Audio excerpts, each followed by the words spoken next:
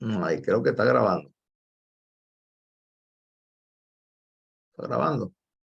Sí, está grabando.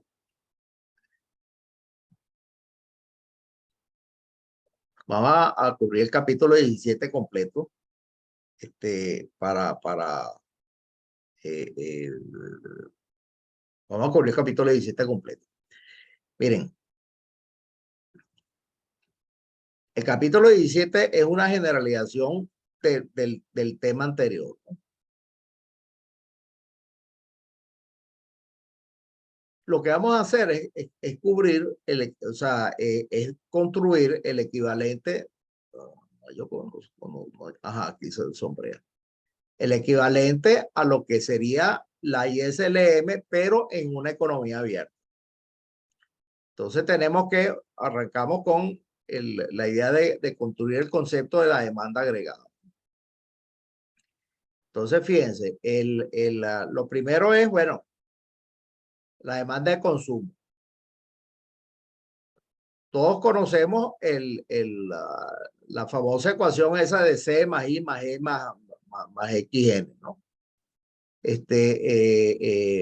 Tenemos que el consumo lo vamos a hacer una función que depende de la renta disponible o el ingreso disponible. ¿Ok? Entonces, la cuenta corriente. La cuenta corriente, ¿de qué depende? Tenemos aquí este concepto, el concepto del tipo de cambio real, que ya lo habíamos visto antes, ¿no? El concepto del tipo de cambio real. Y el tipo de cambio real, tenemos que la cuenta corriente depende del tipo de cambio real y el ingreso disponible. Del tipo de cambio real, porque eso afecta a las importaciones y las exportaciones, el ingreso disponible, porque eso afecta las importaciones.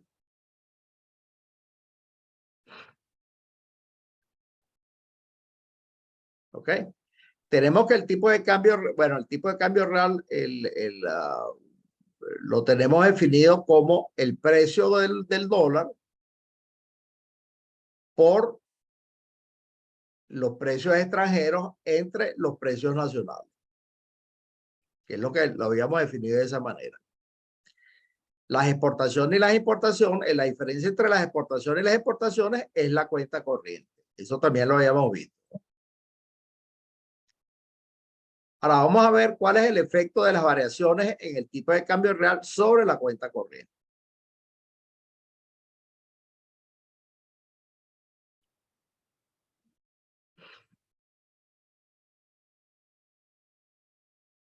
Y tenemos este cuadro, que este cuadro básicamente resume todo. ¿Ok? Si hay un aumento en el tipo de cambio real, es porque los precios en el extranjero aumentan más que los precios nacionales. Y eso quiere decir que si los precios en el extranjero aumentan más que los precios nacionales, eso quiere decir que nuestras exportaciones mejoran y la cuenta corriente mejora, aumenta, pues, que es lo que dice aquí. Y viceversa, si los precios en el extranjero aumentan menos que los precios nacionales, pues los nacionales aumentan más que los extranjeros, entonces empeoramos. Igual pasa con la renta disponible. Si la renta disponible, o sea, lo que en efecto tenemos nosotros para gastar, aumenta más, perdón, aumenta, entonces las importaciones aumentan y la cuenta corriente se deteriora. ¿Ok? Entonces, tenemos ¿qué es la demanda agregada? Es C más I más E, C más I más E más la cuenta corriente. Eso lo sabemos. Entonces, como esto depende de la renta disponible y esto depende de la renta disponible y el efecto es el mismo en ambos casos, podemos simplemente decir que la demanda agregada es una función de la renta disponible, la inversión, el gasto público, las dos hacen aumentar la demanda agregada, y el tipo de cambio real.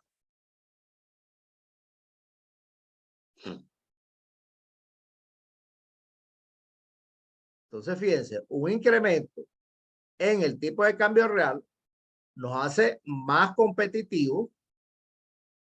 O sea, podemos competir mejor en bienes y servicios y desplaza el gasto interno y externo hacia los productos internos. Es decir, vendemos más. Pues. Entonces, CC, la cuenta corriente, mejora. Es decir, fíjense de aquí, la cuenta corriente mejora, entonces eso quiere decir que la demanda agregada aumenta. Ok, entonces tenemos esto, una depreciación real, esta es la conclusión de esto. Una depreciación real de la moneda interna aumenta la demanda agregada de la producción nacional. Una apreciación reduce la demanda agregada de la producción nacional.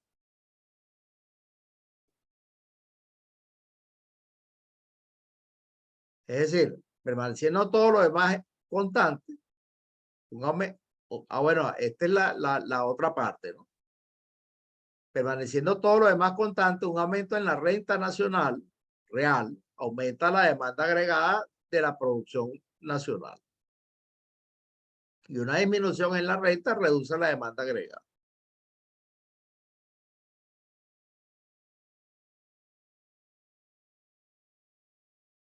Entonces, bueno, ahora vamos a ver la determinación de la producción nacional a corto plazo. Tenemos esto que está aquí. Es decir, hacemos un análisis igualito que como se hace cuando se hace la ISLM. El equilibrio está cuando el ingreso es igual a la demanda agregada. Ahora, la función de demanda agregada, como es C más I más E, o sea, tiene un gasto autónomo, ¿no? Igual como el consumo autónomo. Y tiene una pendiente menor de 45 grados.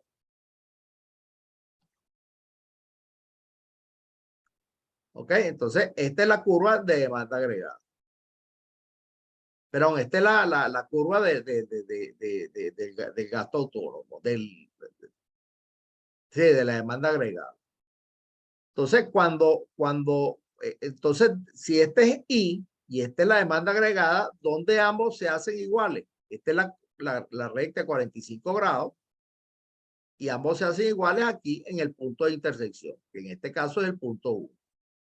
Si estamos en el punto 2, en un lugar como el punto 2, aquí la demanda es mayor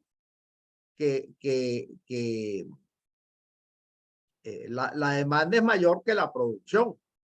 Entonces, eso hace aumentar los precios y hace que esto converja a 1 y al revés.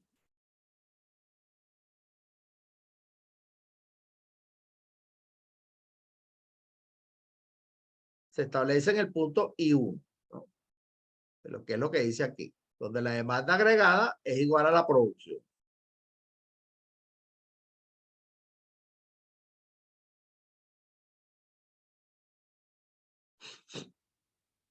Ahora fíjense, la pregunta aquí, ¿qué pasa si hay una depreciación? Una depreciación de la moneda.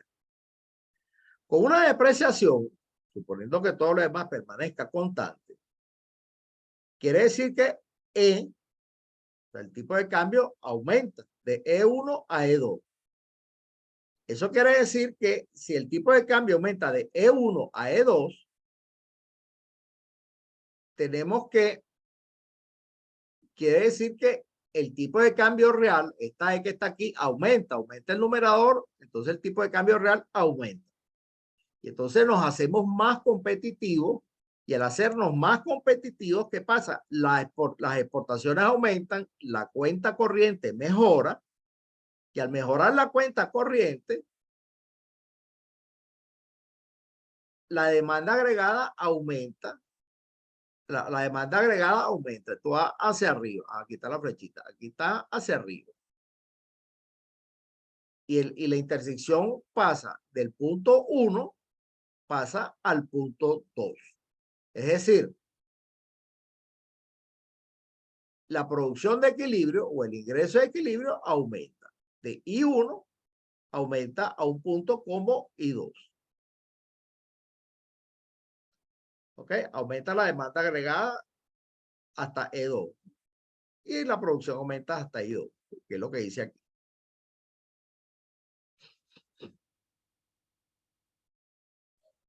Profe, una consulta. Dime.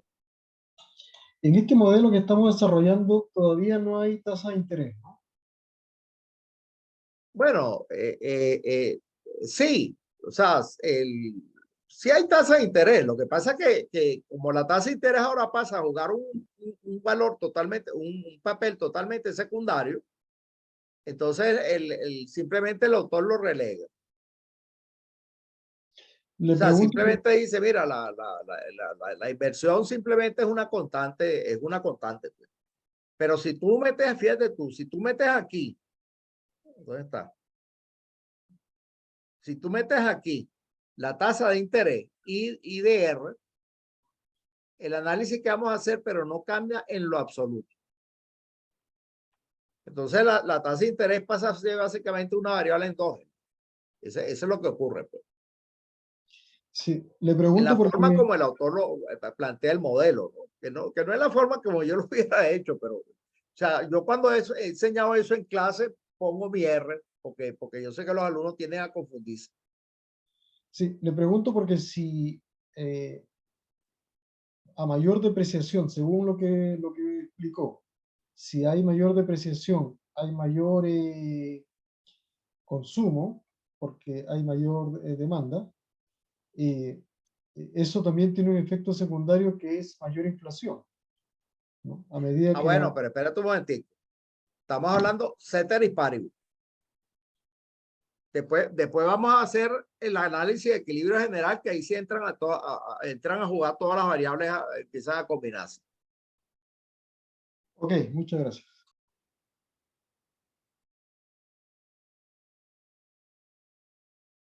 ¿Ok? Ok, tenemos este gráfico aquí, ¿no? ¿Ves qué es lo que dice aquí? Si todo lo demás permanece constante, ese es el ceteris paribus, un aumento en el tipo de cambio real, ¿ok? Independientemente si se produce por un aumento en E o un aumento en P,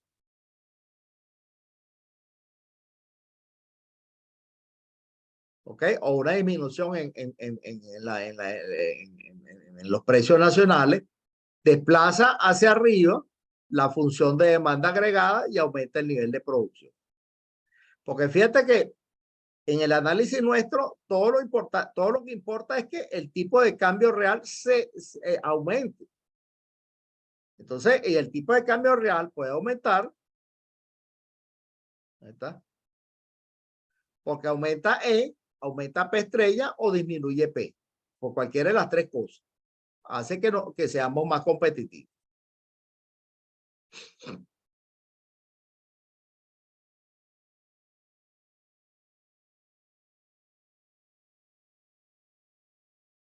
Ok. Entonces, vamos ahora a deducir la función DD. Esta función DD es el equivalente a la IS en una economía abierta. Es como la IS, pero en una economía abierta.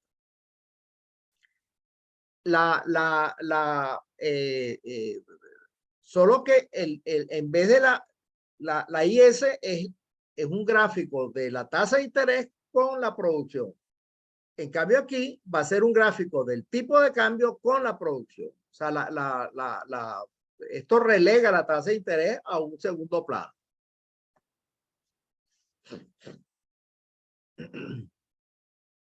¿Tipo de cambio real o nominal? Tipo de cambio nominal. Ahorita lo vemos.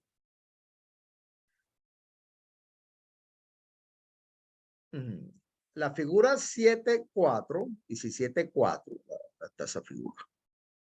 Aquí está. Fíjense qué fue lo que vimos. Que si aumenta el tipo de cambio nominal, ¿ok? De E1 a E2, aumenta la producción. Es decir, si eso lo graficamos aquí, eso quiere decir que con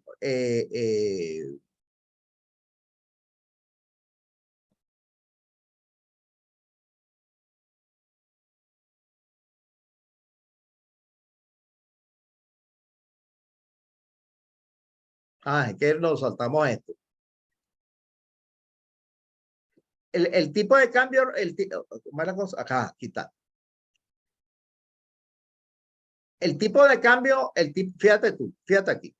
Si aumento de E1 a E2, pasamos de I1 a I2. Es decir, un aumento de E1, ¿ok? A E2, hace que la producción pase de I1 a I2, que es lo que acabamos que es lo que acabamos de conseguir. Entonces, eso quiere decir que la curva de D es una curva dependiente positiva. Entonces, fíjate que es al revés que la IS, porque la IS tiene la pendiente negativa, pero esto tiene la pendiente positiva. Esto se puede deducir también en un diagrama parecido, pues, en un gráfico con la tasa de interés en vez de la tasa del tipo de cambio, pero el autor lo hace así y hoy en día básicamente la mayoría de la gente lo hace así porque simplemente para poner el tipo de cambio en el centro del análisis, porque si no el tipo de cambio, el papel del tipo de cambio queda como escondido. Entonces, la pendiente de la curva de D es positiva. Es decir, nuestra IS, para que no la vamos a llamar IS, la vamos a llamar curva de D, pero digo nuestra IS para que hagan el símil que la IS ahora se convierte en esto. Es una curva de pendiente positiva en la economía abierta. Entonces, esto significa que un aumento, ¿para qué pasa? Ahora, ¿qué pasa? Si vemos este gráfico aquí, fíjense, ¿qué pasa cuando aumenta el gasto público? Pues, supón tú que el gasto público aumenta de G1 a G2. Es exactamente igual como cuando la IS se desplaza. ¿Cómo se llama? La producción aumenta de I1 a I2. ¿Por qué? Porque simplemente eso entra aquí sumando. Eso entra aquí. Eso está entrando aquí sumando. Como entra sumando, un aumento en el gasto público hace que esta curva, la demanda agregada, esta demanda agregada se traslade hacia arriba. Es medio fastidioso andar con la flechita de arriba para abajo. Se traslada hacia arriba. Hoy no hicimos la clase online porque mi hija tiene, creo que merece una explicación.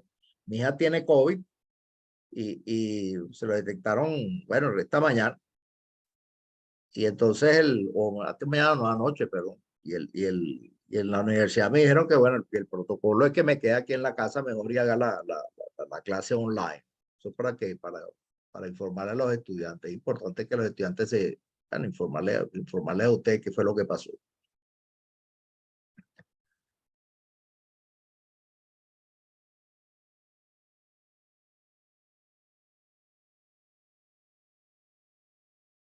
Entonces, ¿qué pasa? Que al igual que con la IS, esto traslada la curva la curva hacia afuera. La curva de D hacia afuera.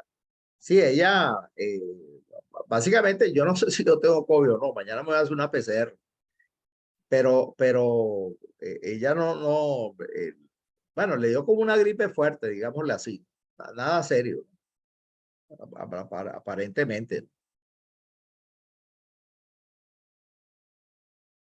Entonces concluimos esto, un incremento en el gasto público hace que el nivel de la producción aumente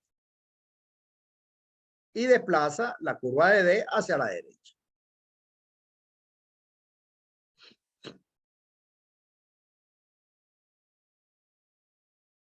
Entonces, fíjense que así como tenemos el efecto del gasto público, tenemos el efecto de todas las demás variables también. Nosotros sabemos que una variación en la inversión, un aumento en la inversión, tiene el mismo efecto que un aumento en el gasto público. Tiene el mismo efecto. ¿Ok? Entonces, también va a hacer que la ADD se traslade hacia la derecha. Tenemos que,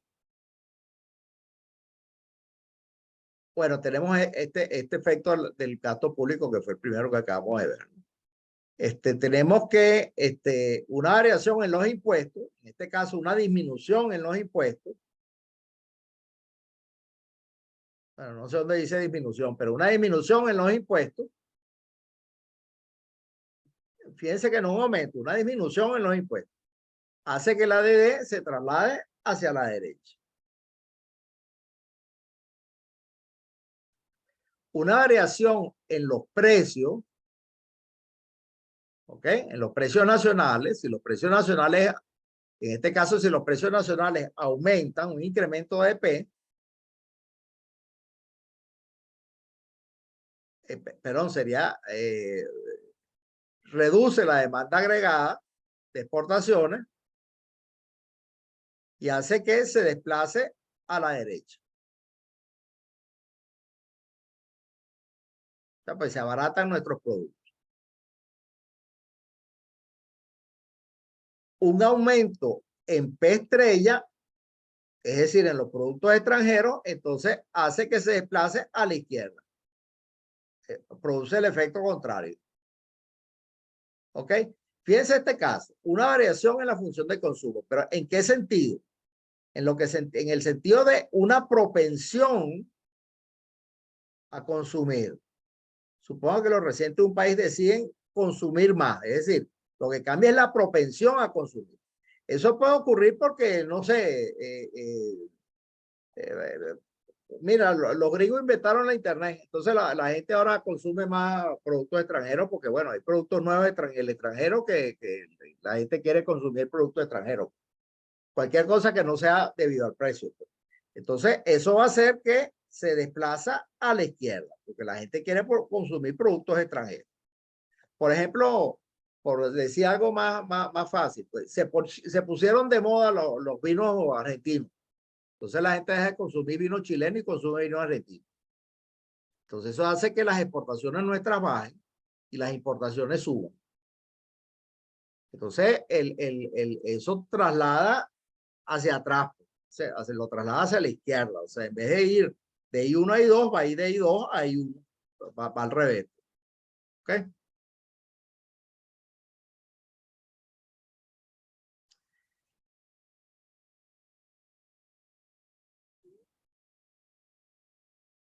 Ah, bueno, de paso me sirvió para este ejemplo.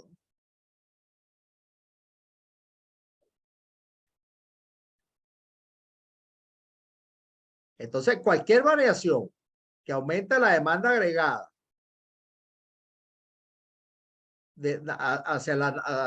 que aumente la demanda agregada nacional hace que la DD se desplace a la derecha. Es decir, como la IS, pues, lo mismo que hace que la IS se expanda, hace que la DD se expanda. Pocas palabras.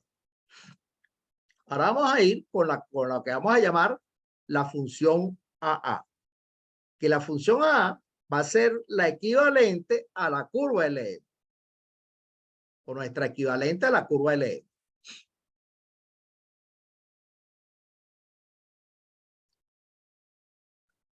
Eso, como en el capítulo anterior, lo vamos a deducir a partir de el equilibrio del mercado de divisas, que es esta ecuación, y la curva LM propiamente dicho, ¿no? Que es el equilibrio de la demanda agregada. Fíjense, lo vemos aquí en esta curva. Acuérdense que este es el mercado de divisas, esta es la tasa de interés, y entra la tasa de interés a jugar un papel. Lo que pasa es que en la economía abierta, el tipo de interés ahora pasa a ser determinado por el sector externo. Pasa a ser determinado precisamente por el equilibrio en el mercado de divisas a través de esta relación. Claro, podemos cambiar las cosas y en vez de la oferta monetaria podemos poner la tasa de interés como la variable. Yo creo que esto es una cuestión de tradición, porque cuando toda esta literatura se fue desarrollando, lo que había lo que buscaba usualmente el Banco Central era controlar directamente la cantidad de oferta monetaria. Pero fijar la oferta monetaria era tan difícil que eventualmente se olvidó de utilizar la oferta monetaria como objetivo de política y empezó a utilizar la tasa de interés como objetivo de política, que es como se hace ahora. Pero la literatura se escribió como si la oferta monetaria siempre fuera la endógena. Perdón, la variable exógena y la tasa de interés la endógena. Entonces, bueno, básicamente ha seguido toda esa tradición en los libros de texto y hasta el día de hoy, nada, se pone así. Los libros de texto lo ponen de esa manera, ¿no? Yo creo que también por una razón educativa, porque si la variable de política es el tipo de interés, la oferta monetaria queda totalmente endógena. Entonces, básicamente no pinta ningún papel. Y dice, bueno, entonces, ¿para qué sirve la tasa de interés? Perdón, pero ¿para qué sirve la oferta monetaria? Entonces, como que es más difícil presentar cuál es el rol exacto de la oferta monetaria. Yo creo que la cosa va por allí.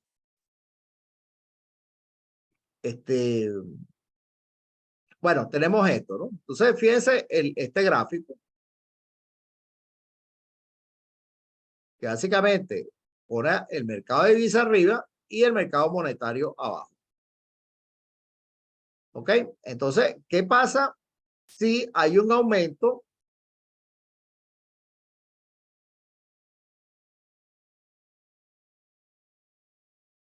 en el nivel de producción? Un aumento en el nivel de producción hace que esto ya lo sabemos, hace que la curva de demanda de dinero, ¿ok? Aumente. La demanda de dinero aumenta hacia acá, ras, del punto 1 al punto 2. Esto es lo que entró para el primer examen. Y esto hace que la tasa de interés aumente y al aumentar la tasa de interés, la moneda se deprecia de punto 1' al punto 2'. Pero se aprecia. Al aumentar la tasa de interés se aprecia. ¿Ok?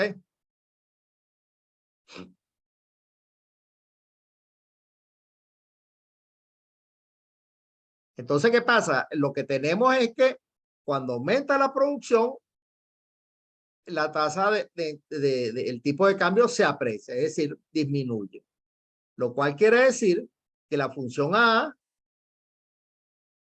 te dice que cuando aumenta la demanda agregada o la producción, el tipo de cambio se aprecia, baja. Lo cual quiere decir que la curva AA, que sería nuestra equivalente a la curva LM, tiene una pendiente negativa. O sea, se voltean las pendientes, pues, en pocas palabras. Nuestra LM nueva, que la vamos a llamar AA, es pendiente negativa y la IS, la equivalente a la IS, es pendiente positiva. Entonces, la curva del mercado de activos, AA, es dependiente negativo.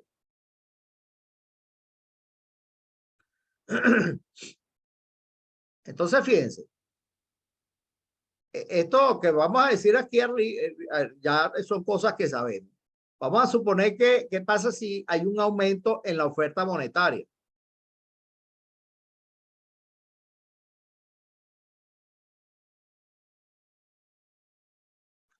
Un aumento en la oferta monetaria básicamente hace que esta curva baje. No sé si esto tiene otro gráfico aquí abajo. Abajo, déjame ver. No, no tiene. Esto hace que esto baje O sea, digamos de aquí hacia abajo, y eso cual quiere decir que pasaría de un punto como este a un punto como este. Es decir, la tasa de interés disminuye. Y al disminuir la tasa de interés, pasaría de un punto como 2 a 1. O sea, es decir, en pocas palabras, un incremento en la oferta monetaria hace que dado un tipo de cambio, hace que el tipo de cambio hace que expande la producción, pues, ¿no? Y al expandir la producción, dado el tipo, déjame ver cómo lo pone aquí. Para cada nivel de producción, el tipo de cambio es más elevado. Ah, lo pone al revés. O sea, después del incremento en M. Es decir, ese incremento en M hace que la función AA se desplace hacia arriba.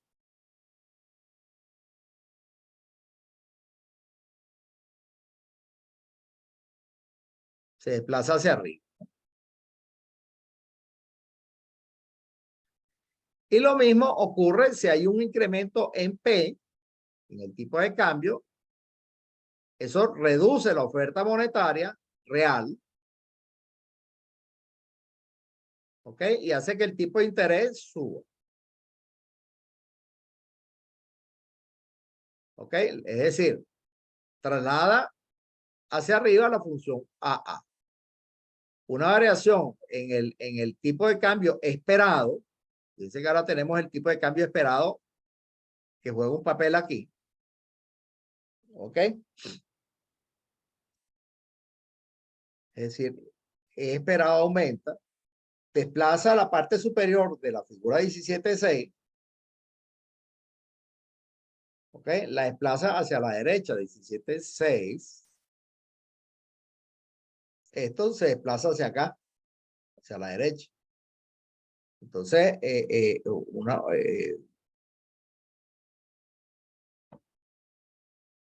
y en ese caso, ¿qué ocurre? ¿Qué ocurre con el tipo de cambio? El tipo de cambio, dada la tasa de interés, el tipo de cambio sube. O sea, el tipo de cambio se deprecia. ¿No se aprecia si sube la tasa de interés? No, la tasa de interés la fija el mercado monetario.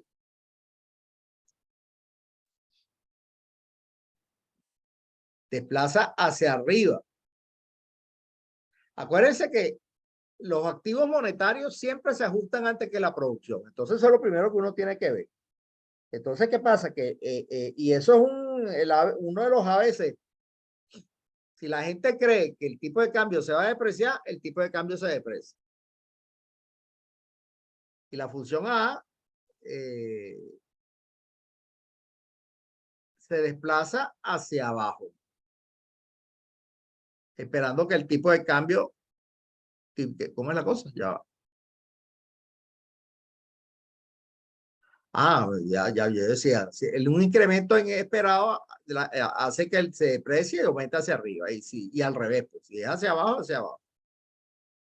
Una variación en la tasa en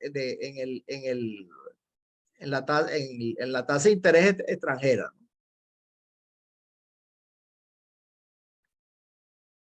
Aumenta la rentabilidad esperada en depósito de moneda extranjera. Entonces, la pendiente negativa de la parte superior a la derecha, ¿no? Desplaza la pendiente, ¿no?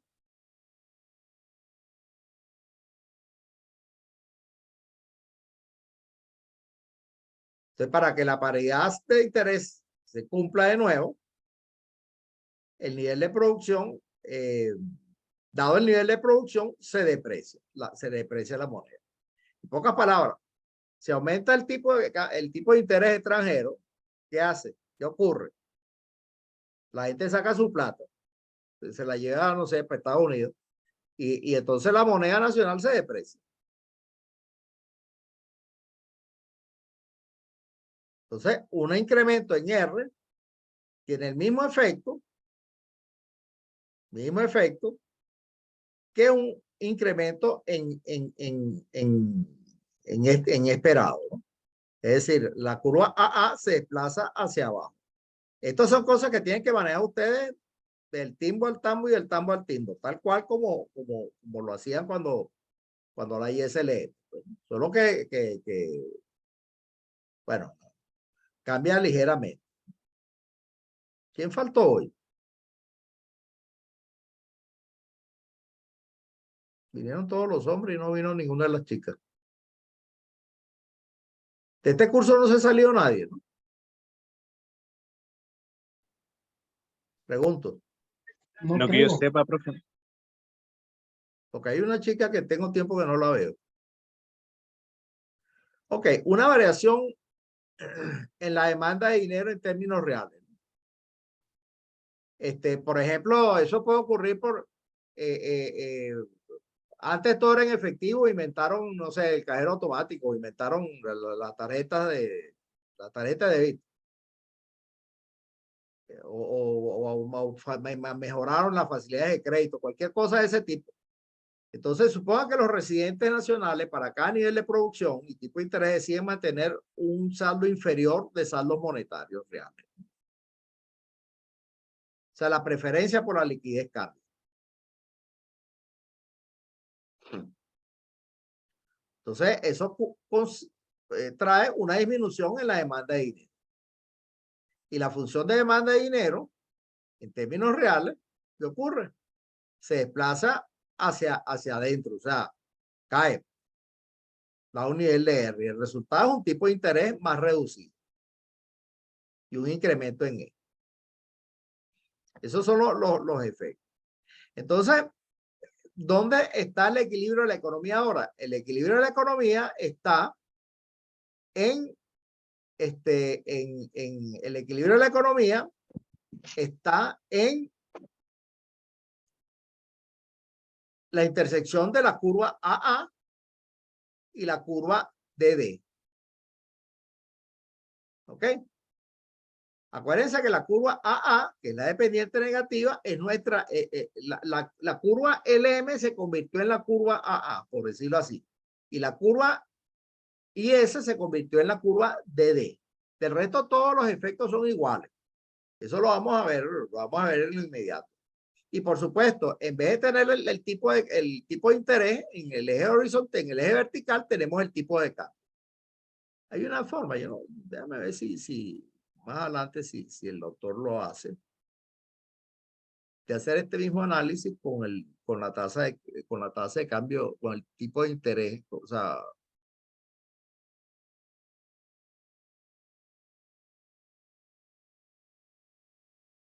no lo hace.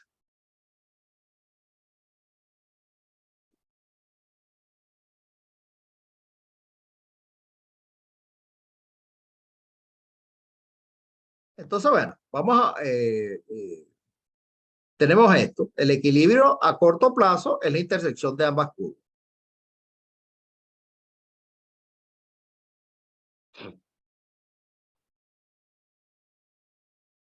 Entonces, vamos a ver cómo se alcanza el equilibrio. Supón tú que la economía está en un punto como este, el punto 2. Fíjense que la economía cae al punto 3. La economía que está sobre la curva AA, no se viene a la DD, se cae sobre la AA. Y así es que tiene que caer. ¿Por qué cae sobre la AA? A ver quién sabe. Raúl, ¿por qué cae sobre la AA?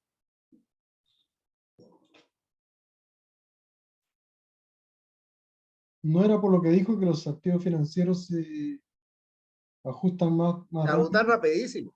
Claro. Los activos financieros se ajustan rapidísimo y entonces, ¡pum!, cae sobre la A. Entonces, claro, porque no es lo mismo ajustar la producción, que la gente produzca más, a que el tipo de cambio, ¡pum!, se aprecie en este caso. Entonces, el tipo de cambio se aprecia. Y después, sobre la curva AA, la producción va aumentando como consecuencia del aumento en el tipo de cambio. ¿Entiendes?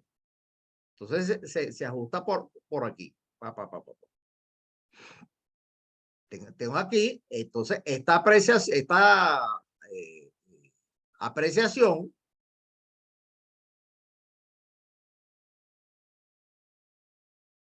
Déjame ver qué pasó aquí.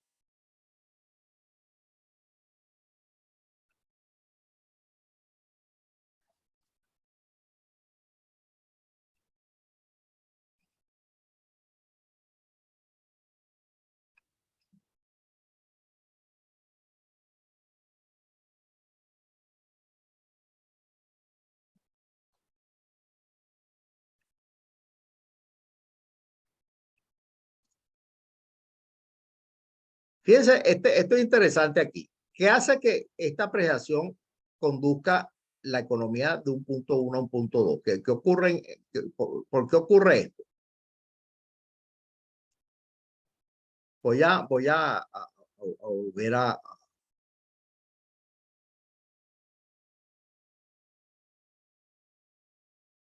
¿A qué punto esto tiene que ver con la tasa de interés, con el mercado monetario? Aquí lo que está ocurriendo es que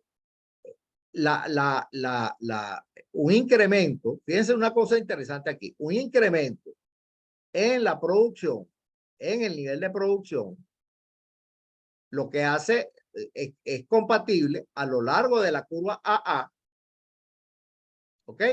Con una apreciación de la moneda, no con una depreciación, porque estamos moviendo a lo largo de la curva AA. Y eso es porque un incremento en la producción hace que aumente la demanda de dinero. Profe, pero no es un aumento en la oferta monetaria más que No. en La producción. oferta monetaria está fija. Fíjate esto. Acuérdate que estaba por aquí arriba, ¿no? Baja hasta aquí, lo cual quiere decir que se aprecia, ¿no? Ok, se apreció y se ajustó hasta allí. Pero luego tenemos que la demanda, fíjense, aquí, ¿qué es la IS? La IS básicamente es la demanda de bienes y servicios. La demanda de bienes y servicios aumenta. Y la respuesta es de las empresas es producir más. ¿Me explico? Pero para producir más necesitan dinero. Entonces, lo que aumenta es la demanda de dinero. Y el aumento en la demanda de dinero, al aumentar la demanda de dinero, yo tengo que traer, o sea, yo necesito más dinero, lo cual quiere decir que hay plata que iba a mandar al extranjero que ahora no la llevo. O sea, más bien tengo que hasta traer plata del extranjero. Al aumentar la demanda de dinero, para poder aumentar la producción, ¿ok? Dada la oferta monetaria fija, en términos reales, dada la oferta monetaria, eso presiona la tasa de interés hacia arriba, porque yo necesito más dinero, o sea, pido prestado, pocas palabras. Y eso lo que hace es que la moneda se aprecie. Se aprecie. Eso es importante porque habíamos dicho antes, es importante entender esta diferencia porque habíamos dicho antes que una apreciación hace que las exportaciones caigan, pero es que aquí pasa exactamente lo contrario. La gente, supón tú o sea, aquí estamos en el caso de que supón tú de que hay que los chilenos demandan más productos, quieren comprar más. Los chilenos quieren comprar más. Entonces las empresas quieren venderle más a quién, a los chilenos. O sea, aquí hay que diferenciar muy bien la causalidad. Y esto es una cosa interesante porque esto es un examen, es una trampa cazabobo. Ajá, déjame ver dónde va la causalidad de los chilenos que quieren comprar más y afectan el tipo de cambio y la producción, o de algo, cualquier otra cosa que hace que la moneda se deprecie y entonces en consecuencia las exportaciones o se aprecien, en este caso, ya que las exportaciones caigan. Entonces ahí la causalidad juega un papel muy importante. Profe, pero también pueden comprar más trayendo productos del exterior. no solamente con la producción interna. Ah, sí, pero bueno, sí, es verdad. Pero el punto aquí es que aumenta la demanda, la oferta monetaria, o sea, la demanda de dinero aumenta. Ese es el efecto que yo quiero enfatizar. La demanda de dinero aumenta. ¿Entiendes? Claro, la apreciación va a hacer que también aumenten las importaciones. Pero el efecto aquí importante es que la demanda de dinero aumenta, porque en equilibrio, ahí es donde el equilibrio juega un papel. Pues. El equilibrio tiene que ir aquí. O sea, aquí lo que te está diciendo que si bien ese efecto que tú dices también es cierto, el efecto que domina no es ese. Ese no es el efecto que domina. Si ese No, efecto dominara, entonces la economía se estaría ajustando alrededor de la curva DD, pero no se está ajustando alrededor de la curva ED, se está ajustando alrededor de la curva EE. profe, entonces lo primero que se produce es la demanda de dinero por el mayor nivel de producción y después se produce el aumento de tasas. Y después, se produce el aumento en la tasa de interés. Claro, Ok. porque la gente dice, necesito más dinero, voy al banco y pido prestado.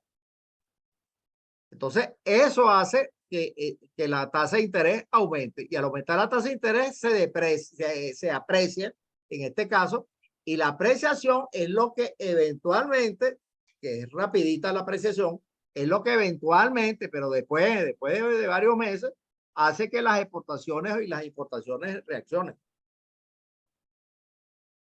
Por eso es que la causalidad va de esa forma. Ok. ¿Entiendes? Sí, profe, gracias.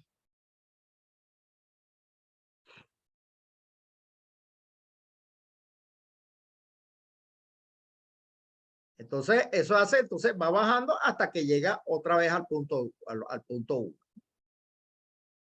Que es lo que dice aquí, debido a los mercados de activos, se ajustan muy rápidamente. El tipo de cambio pasa inmediatamente del punto 2 al punto 3, que está en la curva AA. Y a continuación se desplaza hacia el punto 1. Bueno, no explica con detalle aquí por qué es lo que está pasando a lo largo de la curva A, que es lo que yo les acabo de decir a ustedes.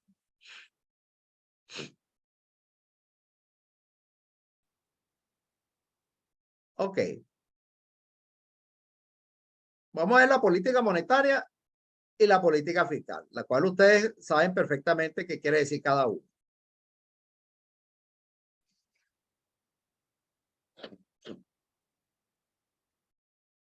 En este apartado analizaremos las variaciones transitorias. ¿Ok? Es decir, una variación que eventualmente se revierte. Entonces vamos a ver la política monetaria a corto plazo. De un incremento temporal en la oferta monetaria. Viene reflejado en la figura 7.10, ¿no?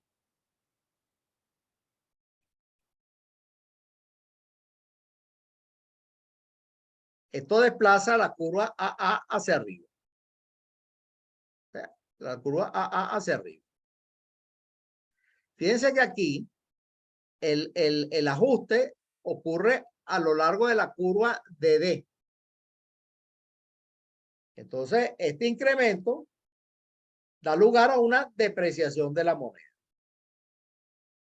Y esa depreciación eventualmente es lo que hace que las exportaciones mejoren. Y por lo tanto, hay un aumento en el nivel de producción.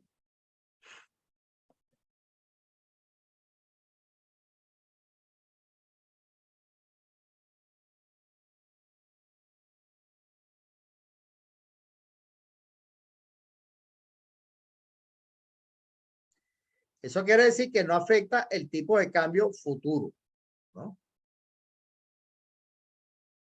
Porque es transitorio. Futuro esperado. ¿Pero qué significa que sea transitorio que luego el central Que transitorio es que vamos a estar por un rato y después regresa. Él lo recupera el Banco Central Sí, comprando. aumenta la oferta monetaria y después se va para abajo otra vez.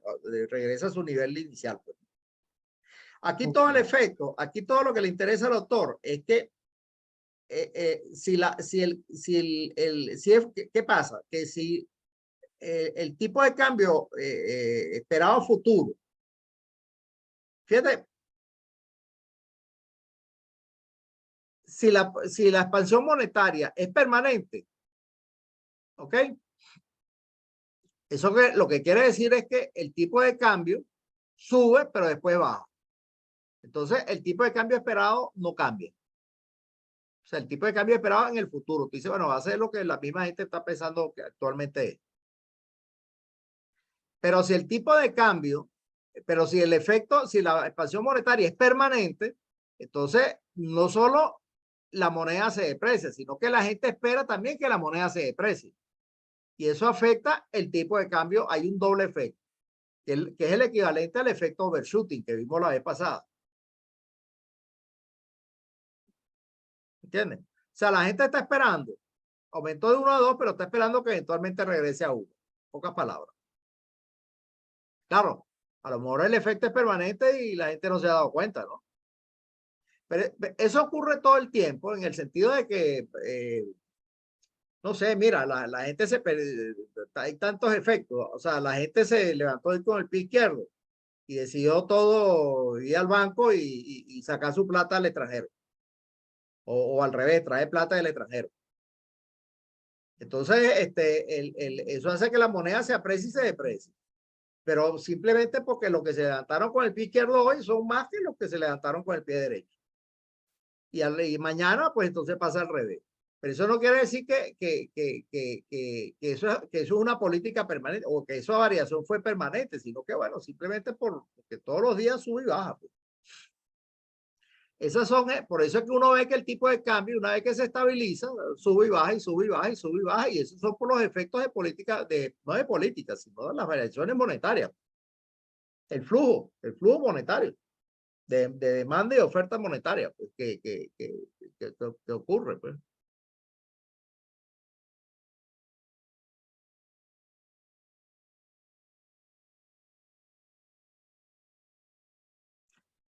Entonces, para preservar, fíjense cómo va la causalidad. Hay un aumento monetario. Para preservar la tasa la paridad de intereses, ¿ok? El tipo de,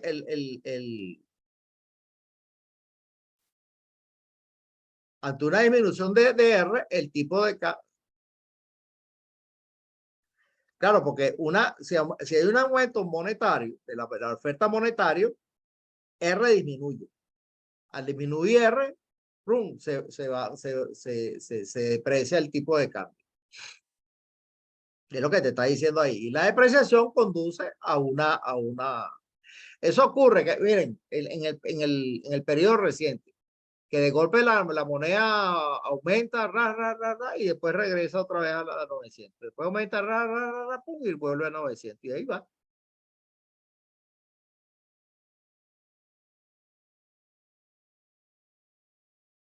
Entonces vamos a ver una política fiscal expansiva. ¿Ok? Por ejemplo, un incremento en el gasto público. Esto hace que cambie la función AA, la DD, perdón, hacia la derecha, pero no afecta la función AA. ¿Ok? Entonces, en la figura 711, 1711 aquí. Esto hace que esto vaya de 1 a 2. Entonces, fíjense que esto hace que la economía se aprecie, la moneda se aprecie y la moneda y la producción se expande. ¿Ok? Fíjense que en este caso, la expansión monetaria, perdón, la expansión del gasto público, ¿por qué hace que se expanda? Y fíjense que el movimiento es a lo largo de la curva AA. Volvemos al caso anterior. esta expansión a lo largo de la curva AA, básicamente lo que hace es que la demanda de dinero real aumenta. ¿Por qué? Porque el gobierno necesita más plata, pues, más dinero. ¿Para qué? Para poder gastar. Pues. Y entonces eso hace que se aprecie y se expande la producción. Entonces, claro, esto te conduce a políticas de pleno empleo, igual como en el caso de la ISLM. Por ejemplo, tú estás aquí en el punto 1, suponiendo que por cualquier cosa o algún shock en la demanda mundial, reduce la producción hasta ahí 2, ¿ok? Aquí, hasta aquí. Entonces, en este caso, el gobierno puede depreciar la moneda y se la lleva hasta 3.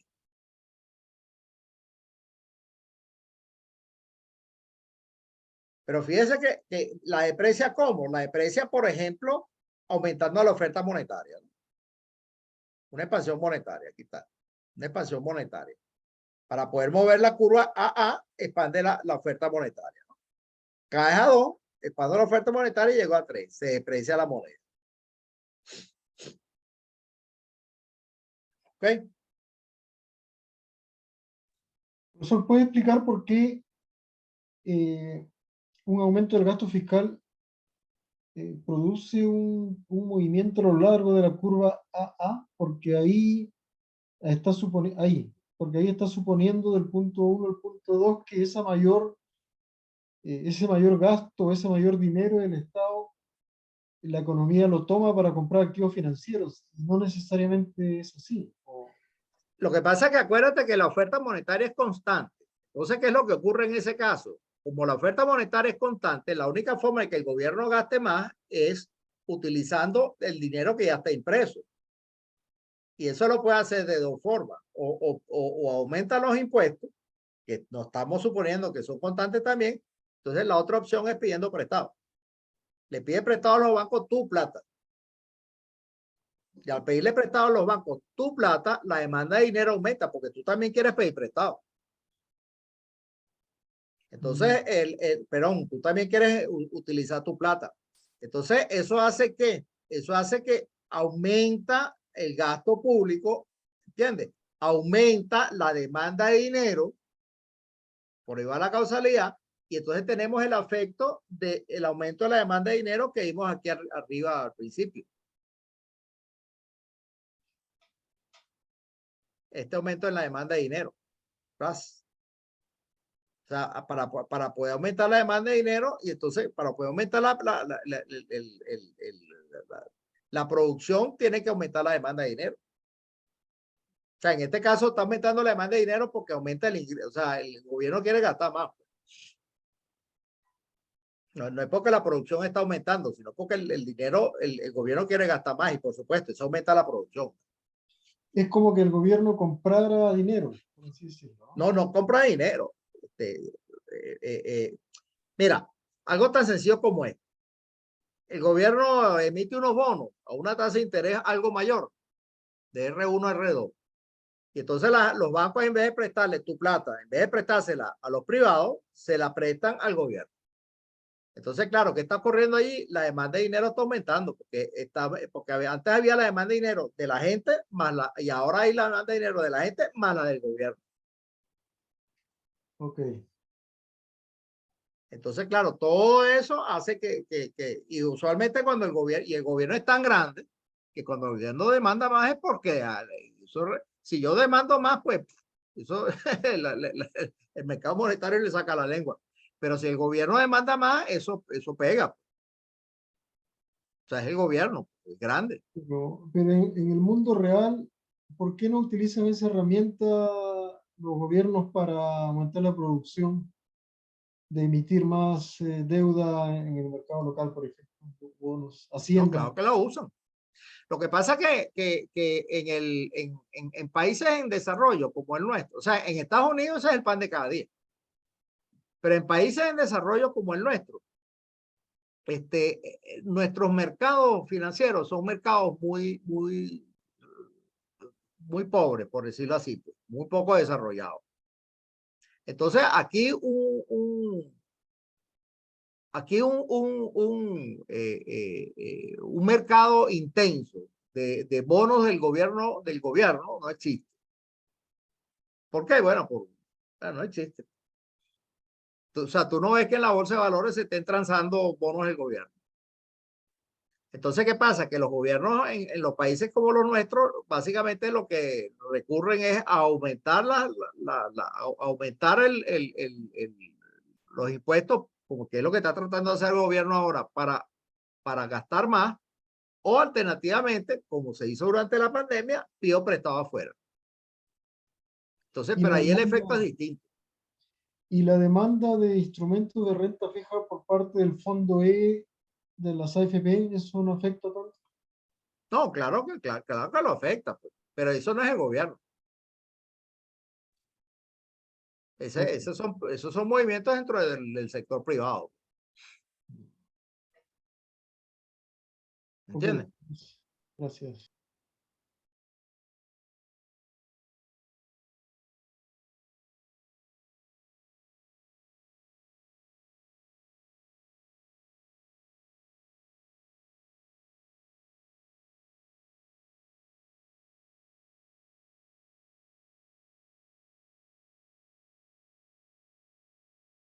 Disminución transitoria de la demanda mundial. Este es el caso, ¿no? Pasamos de 1 a 2.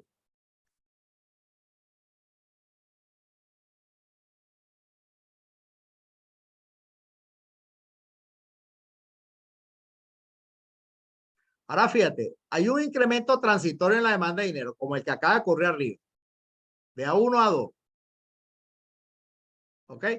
Entonces, eso quiere decir que la economía se va a mover del punto 1, la curva AA se mueve hasta la curva AA2 y esto baja hasta la 2. Claro, yo puedo expandir la oferta monetaria y otra vez y llegar hasta el 1, pero el autor me imagino que lo hace por razones de didácticas para ver que el gobierno puede expandir también ¿cómo se llama? El gasto público y llegas hasta el punto 3.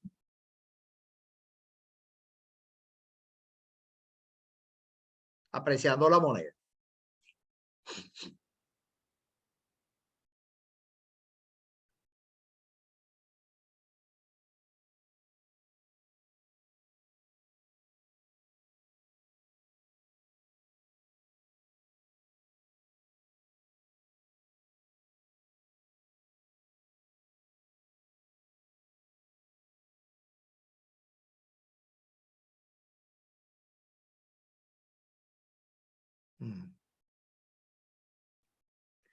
Fíjense que aquí los precios son rígidos, ¿no?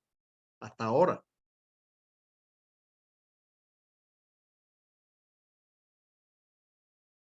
Todos los análisis ISLM igualito.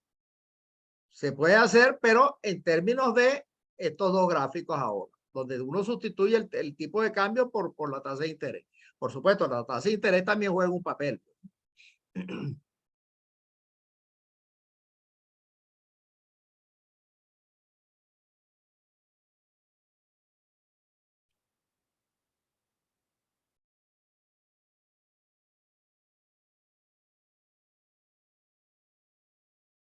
Ah, fíjense este caso. Supongan que hay unas elecciones inminentes. Esto pasa cada rato. Entonces, ¿qué pasa? Que como los precios nominales son rígidos, el gobierno simplemente puede expandir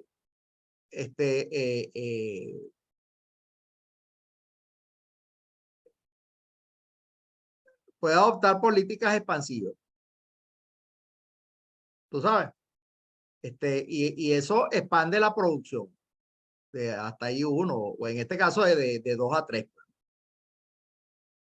Supongo que la economía cayó en recesión por X motivo, pues. Expande la producción de 2 a 3. Después, más adelante, y eso es lo que se llama el sesgo inflacionista.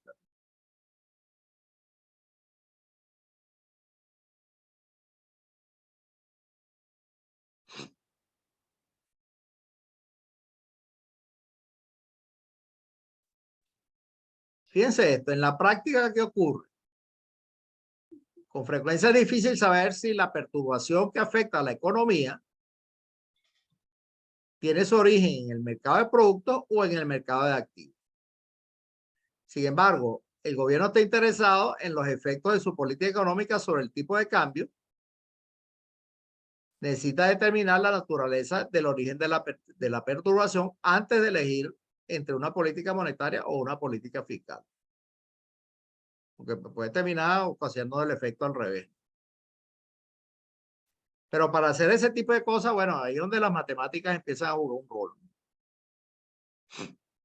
Profe, en la situación actual, lo que está pasando en Chile es que lo que está afectando la economía a nivel de precios es en el mercado de productos, ¿no? Más que en el de activos. No, en el mercado de activos. Acuérdate que aquí hay dos efectos que están jugando papel, pues, que es que simplemente, fíjate lo que dice aquí, los precios nominales son rígidos, pero eso es temporalmente. ¿Qué pasó el año pasado? Los precios, la inflación estaba bajita, cero, por hacer el caso simple. Y entonces pasaron dos cosas. Primero, los IFE. El gobierno empezó a imprimir dinero para poder financiarlo. Y después imprimí dinero y en una parte la pidió prestada. Y después hubo las AFP, ¿cómo se llama? La gente sacando plata de las AFP, pues, Los retiros. los retiros. Eso fue un platero bueno, que salió a la calle.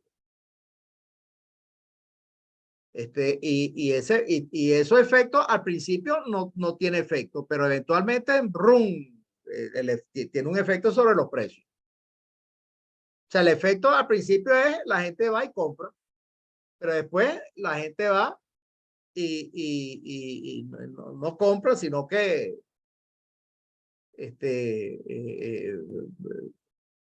digamos, una vez cuando viene la recompra, porque el que está, digamos, el que vende, ¿qué hace el que vende? El que vende, bueno, él está vendiendo, yo pongo mis precios y vendo. Ah, bueno, viene la gente y compra, ¿qué? A precio viejo, por decirlo así. Pero cuando se le acaba la mercancía, que vuelve a pedir mercancía o que vuelve a producir, entonces que viene la presión de la demanda, los costos suben y sube bueno, y sube el precio. Entonces cuando después de varios meses empiezan a subir los precios, la reacción de los precios siempre viene después. Milton Friedman decía que el dinero es como el alcoholismo. O sea, como cuando uno bebe, que al principio, bueno, chévere, porque uno bebe, va de fiesta, la pasa muy bien, es muy sabroso, pero al día siguiente amanece con la resaca. Dicen aquí con la cruda son los mexicanos. ¿Cómo dicen aquí? Pero con la resaca Con la caña. ¿Ah? Con la caña. Con la caña, pues. Y al día siguiente anda con la caña. Bueno, la caña es la inflación.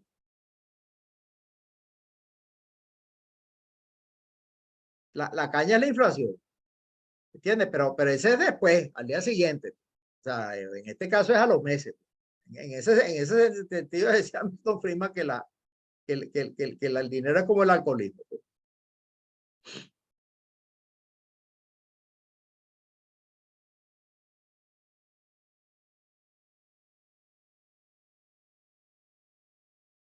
Las elecciones de políticas en el mundo real vienen determinadas con frecuencia por las necesidades políticas en lugar por consideraciones de la economía. Eso es verdad.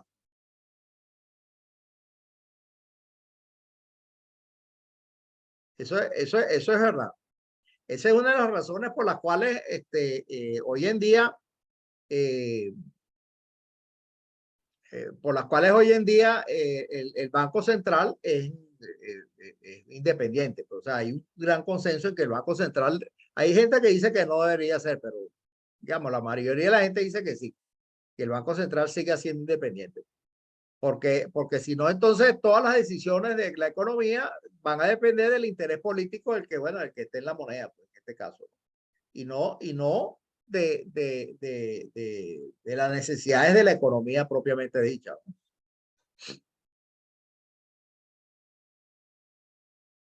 Otro problema es que los cambios en la política fiscal ocurren después de largas discusiones parlamentarias. Y eso, el problema de eso es que cuando finalmente te aprueban el presupuesto y el gobierno empieza a implementar la política fiscal, ya lo que tú querías combatir ya no sirve. Ya pasó. A lo mejor tú necesitas el efecto contrario. O sea, por ejemplo, supón tú que hay un aumento temporal o una contracción temporal en la demanda mundial. Entonces tú dices, bueno, vamos a expandir el gasto público. Entonces el gobierno prepara una expansión fiscal. Eso hace que metan un proyecto de ley en el Parlamento empieza a discutir, están 6 meses discutiendo, peleándose hasta que al final lamentan algo que a lo mejor no necesariamente es lo que más conviene, sino que lo que salió de la discusión. Después eso regresa al gobierno, el gobierno empieza a gastar, igual el gasto empieza a ocurrir entre año y medio o 2 años después. Pero en año y medio, 2 años después, a lo mejor esa contracción temporal de la demanda mundial pasó y a lo mejor hay una expansión. Entonces, a esa expansión temporal, a eso el gobierno le está sumando una expansión también adicional en el gasto público. Entonces, el efecto es al revés. O sea, no tienes un buen timing. O sea, no estás pulsando bien los tiempos. Entonces, por eso es una de las razones por los cuales también se prefiere utilizar la política monetaria hoy en día más que la política fiscal, porque la política monetaria es rapidito.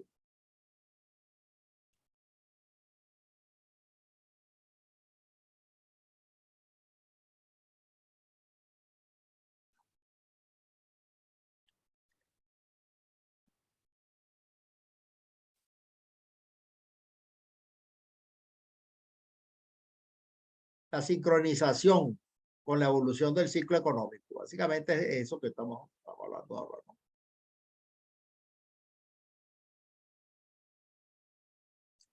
Ahora vamos a suponer que la variación es permanente. Es decir, aumenta la oferta monetaria de forma permanente. Por ejemplo, ¿no? Un incremento permanente de la oferta monetaria. Si el incremento es permanente en la oferta monetaria, entonces se deduce que producirá un incremento en las expectativas. Porque bueno, la gente se da cuenta que el efecto es permanente y las expectativas van a aumentar. Entonces, ¿qué pasa? Que la economía, en vez de llegar hasta 3, va a llegar hasta 2. Va a llegar más arriba todavía. ¿Entiendes? Va a llegar más arriba todavía porque hay un doble efecto. Y entonces, lo que ocurre aquí es esto. O sea, bueno, el 3 lo cambiaron, pero en vez de 1, llegaría aquí, llegaría hasta aquí arriba. ¿Ok? Pero ¿qué pasa? Que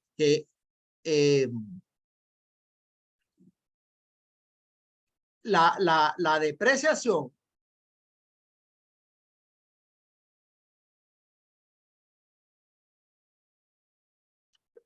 perdón. Lo que ocurre aquí es que digamos, la expansión monetaria eventualmente hace que los precios suban.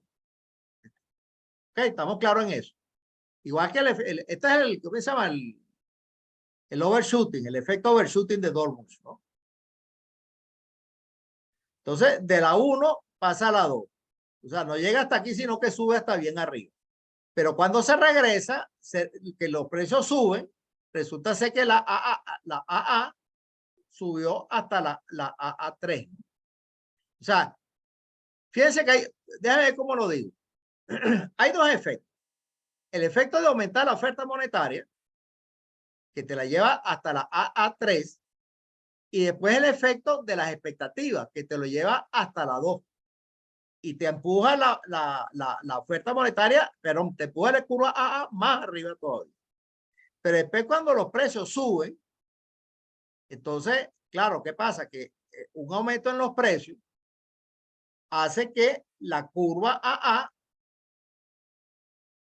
vaya disminuyendo. ¿Por qué? Porque la oferta monetaria real se reduce. ¿Y se va a reducir hasta dónde? Hasta que sea igual a sus expectativas, que es aquí en el punto 3. O sea, vas a volver al punto original. Entonces, fíjense que es el mismo caso del efecto overshooting de la vez pasada, que habíamos visto la vez pasada, pero en el gráfico AA de D, ¿no? O sea, un incremento permanente en la oferta monetaria, es decir, sostenido, permanente, desplaza el nivel de precio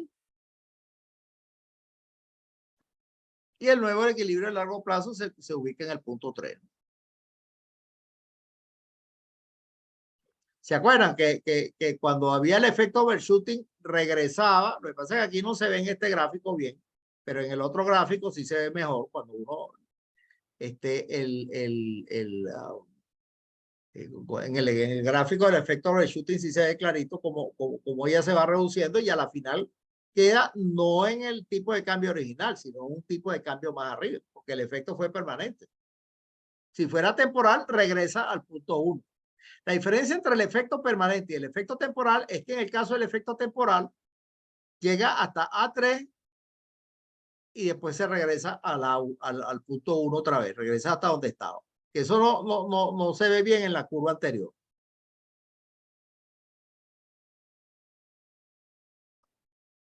No, aquí no. Fíjense. Aquí sube de 1 a 2. Pero eventualmente la oferta monetaria regresa a su nivel inicial. Entonces regresa de 2 a 1. No ha pasado nada. Pero cuando el efecto es permanente, va de 1 a 2 y se queda en A2. Se quedó aquí. Entonces, cuando el efecto overshooting, lo que te hace es que te dice, bueno, hay un aumento en las expectativas y regresa hasta un punto como este. Pero cuando suben los precios, entonces va a regresar a dónde? No va a regresar hasta 1, porque ella quedó en A2 de manera permanente. Quedó en A2 de manera permanente. Entonces va a regresar hasta A2 y se va a ubicar en un punto como este, más o menos. Como por aquí. O sea, en el mismo, pero aquí arriba. Que es este caso que estamos viendo.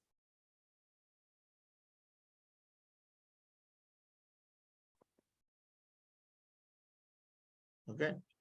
Ahora vamos a ver el caso de una expansión fiscal permanente. Este caso es interesante porque es medio triquiñuelo. Es tricky, ¿no? Fíjense, una expansión fiscal permanente modifica las expectativas acerca del tipo de cambio, desplaza la función A1 a la izquierda, ¿no? Hacia acá.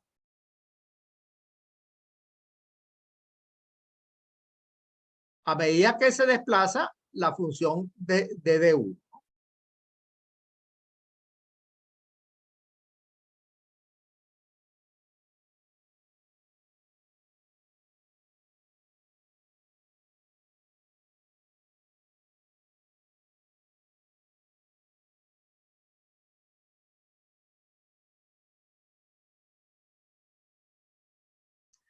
Fíjense lo siguiente. Una expansión fiscal, en el caso transitorio, te lleva a la economía al punto 3. Te la lleva al punto 3. ¿Ok? Que fue el caso anterior. Pasamos de D1 a D2. Pasamos de D1 a D2. Ahora, ¿qué ocurre? Eso por un lado. Eso por un lado. Ahora, eso hace que la economía, que el tipo de cambio se aprecie, ¿cierto?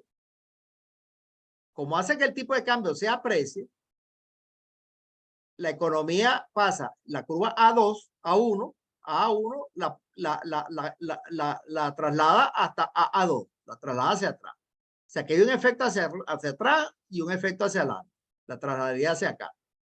Pero ¿qué pasa? Que este efecto aquí es rápido.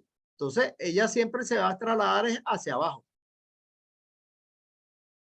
y a la final queda en el punto 2.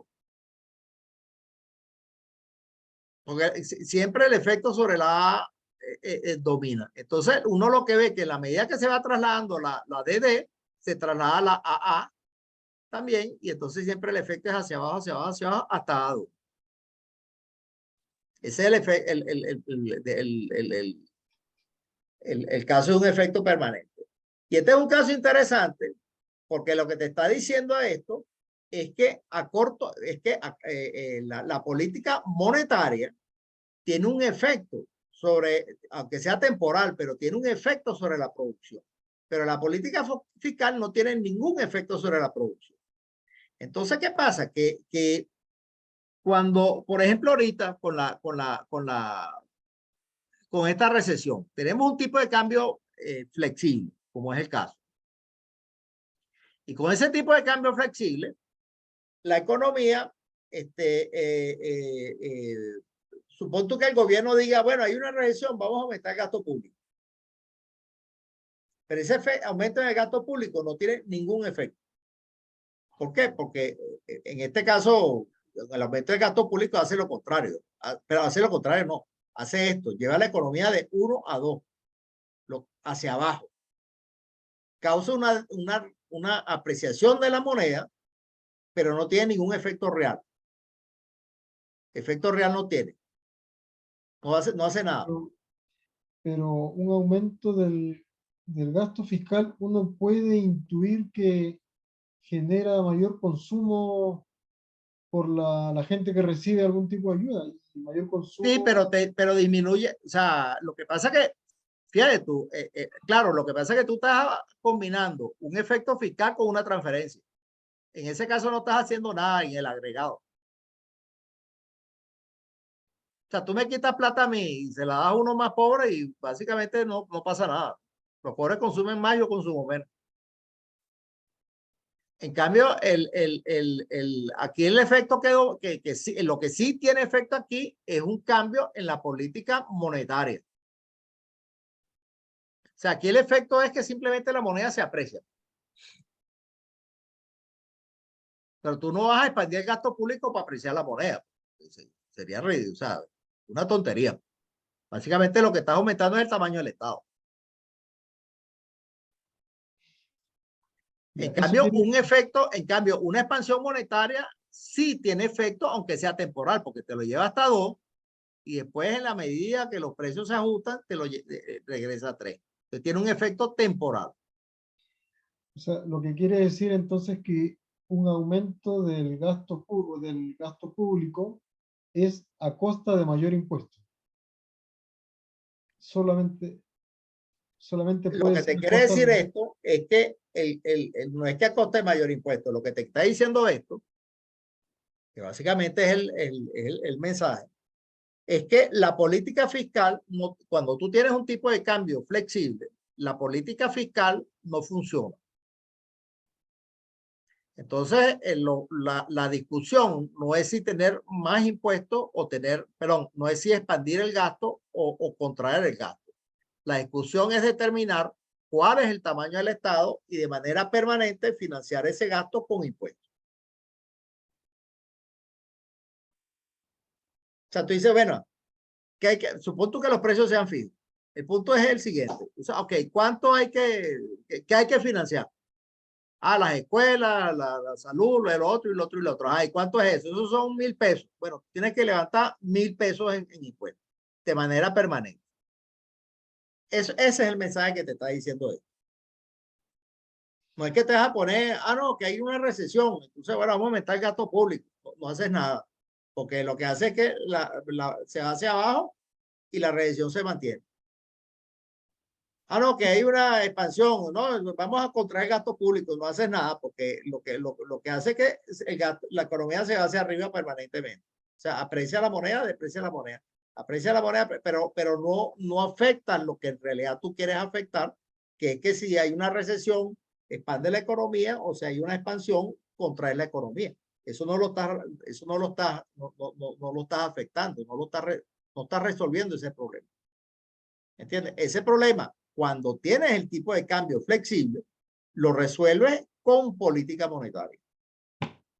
Ya, y fuera de, como paréntesis, esto no es la razón por la cual muchos neoliberales o liberales, entre comillas, siempre aducen a la reducción del tamaño del Estado para fomentar el No, libre no, no. comercio. Lo que pasa es que la cuestión del tamaño del Estado, no, no, realmente no. Realmente no.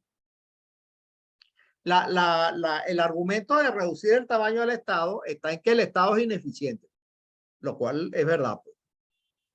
El Estado es muy ineficiente, porque ¿qué pasa? O sea, velo en las empresas públicas. Codelco. Codelco da pérdida y ¿cómo sobrevive Codelco? Bueno, nos cobran impuestos a nosotros para financiar las pérdidas de Codelco. Y así es, y eso es una constante en casi todas partes. No estoy decir que es en el 100% de las empresas, pero es indudablemente la inmensa mayoría de las empresas. La inmensa mayoría de las empresas públicas, la inmensa mayoría de las empresas públicas, ese es el caso. Y el punto de los liberales, de la gente de los liberales, es que el Estado, entonces que hay que, digamos, el Estado hay que reducirlo lo más que se pueda. Ese es el caso de las empresas propiamente dicho, que hoy en día, digamos, hay bastante, vamos a salir de Latinoamérica y África, ¿no? Por lo menos en el mundo desarrollado, y por el mundo desarrollado yo entiendo Estados Unidos, Canadá, Japón, Australia y Europa. Básicamente eso es. Tú no observas que, o sea, en el mundo desarrollado, nada, las empresas públicas no existen. O sea, hubo alguna época en que sí existía, pero hoy en día eso no existe. O sea, Codelco, no hay un Codelco francés. Francia salió de todo eso, o sueco, o alemán, o americano, estadounidense, canadiense, australiano, eso no existe. Nada, ellos, todo lo que es producción salieron. Y ese es el caso, que mucha gente ha hecho el caso, por ejemplo, en el caso de Chile, que bueno, Chile salió de eso, pero no es el caso de América Latina. En América Latina cualquier cantidad de empresas todavía son públicas, ¿no? Aquí quedan cosas como Codelco, pero el caso de Codelco tiene un tinte más político, y es que Chile, lo que pasa es que Latinoamérica en general, Chile en particular, esto ya lo estaba comentando con un amigo, otro profesor de aquí, o sea, Chile no ha salido de la mentalidad de la Guerra Fría, una cosa increíble, pero ese es en general el caso de Latinoamérica. Latinoamérica todavía está entrampada en la Guerra Fría y funciona como si la Guerra Fría existiera. Y no, la Guerra Fría se acabó. Pues. Entonces esa discusión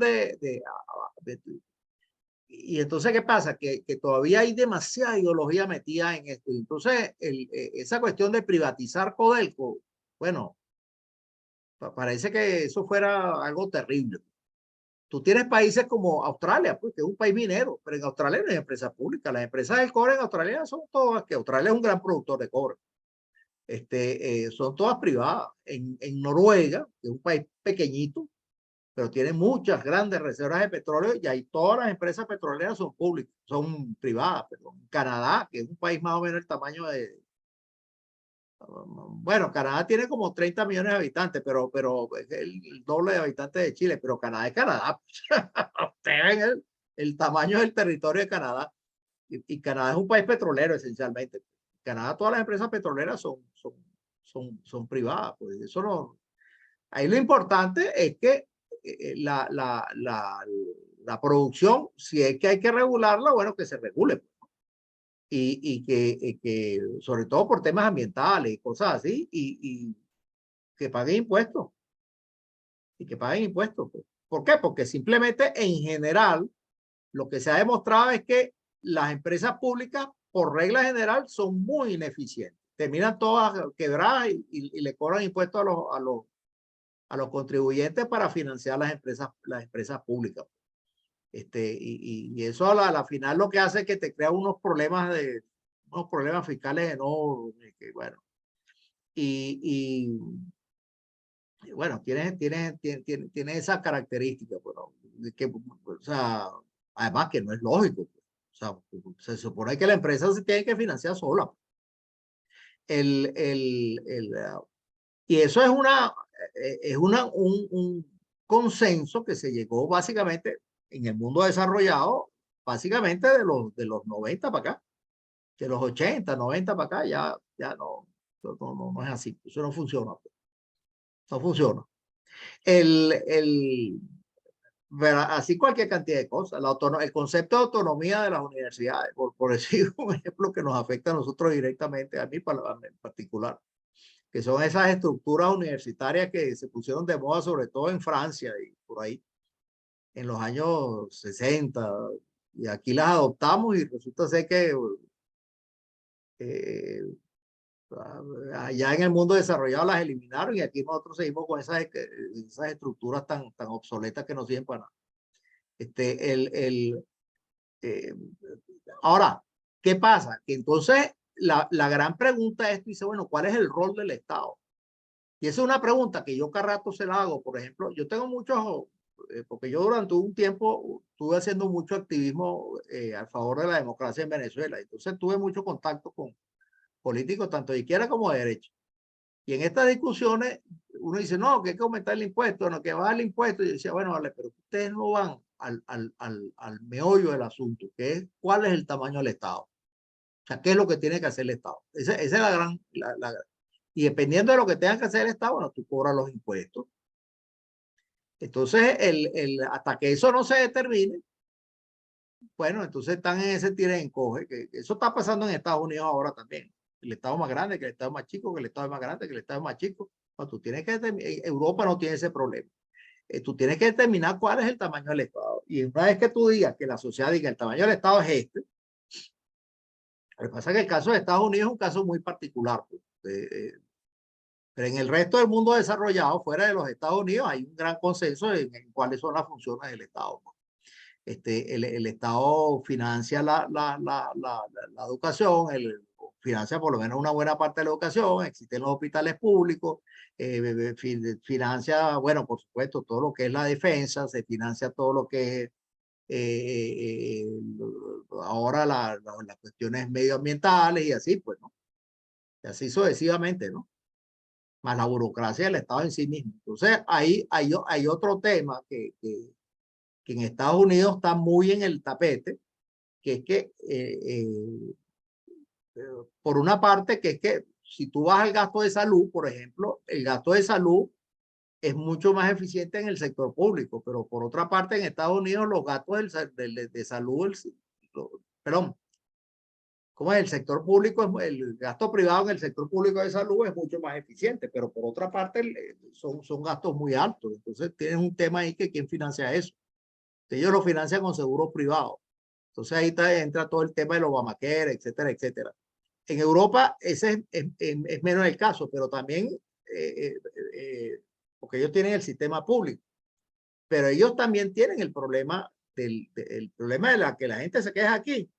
Ellos también tienen ese problema de que el problema de la lista de espera, sobre todo el problema de la lista. Claro, si tú tienes una emergencia, te tienen al tiro.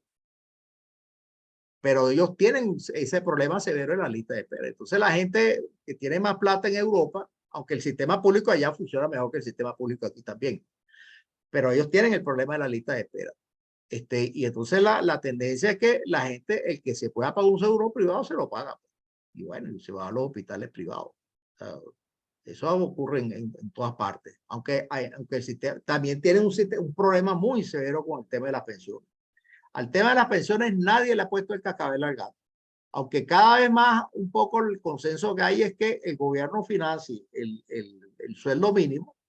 El gobierno te garantiza el sueldo mínimo y de ahí para arriba todo.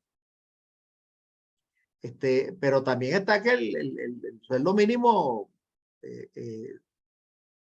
bueno, eso puede ser mucha plata también,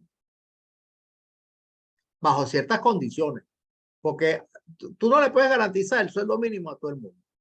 Por ejemplo, eso que plantean con esto del 6%, tú dices, no, le cobramos el 6% a los asalariados, que son los que pagan eso. Y eso financia, que es un grupo de la sociedad, no sé, será el 30, el 40, el 50, no sé cuántos serán los asalariados aquí. Pero ese grupo va a financiar al 100% de la sociedad. A mí no me parece. Pues. Lo lógico es que, bueno, tú cobras un impuesto sobre la renta y con eso se financia. Pues, si quieres, incluso, aparta una parte, cobra del 20% ese del IVA. Bueno, mira, el 2% es para pensiones. Pues. Y eso tiene que ser algo que sea de forma permanente, ¿no? 2% para pensiones, 3% para esto, 4% para lo otro, bueno, y ahí va. Y así, pues, ¿no? Y así sucesivamente, ¿no? Pero de una forma tal de que el que consuma o el que tenga mayor consumo, el que tenga mayor ingreso, pues también sea el que contribuya más. Pues, por ejemplo, en el caso del impuesto sobre la renta, por lo menos en teoría se supone que a los ricos le cobra más que a los pobres, ¿no? De hecho, el pobre no paga. Entonces, además que hay una cosa que es la siguiente. Creo que se los he dicho en alguna otra clase. En época de recesión no se hacen reformas tributarias, a menos que sea para bajar los impuestos. Y la razón es muy sencilla. Si tú tienes una recesión y aumentas los impuestos, entonces la tendencia es a que creas empeoras la recesión. Porque esto es en un sistema de tipo de cambio, este efecto que no hay efecto, ese es en el caso de un tipo de cambio de 100% flexible, pero es que el caso del tipo de cambio siempre, el tipo de cambio nunca es 100% flexible. Siempre hay algo de tipo de cambio flexible, algo de tipo de cambio fijo, ¿no? Que es el caso que vamos a ver ahora. No sé si ahora o en el capítulo que viene.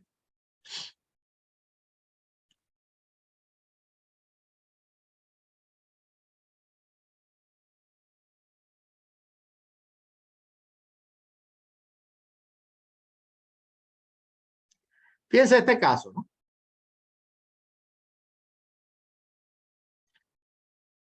La curva XX, esta es la curva donde la balanza de pago está en equilibrio.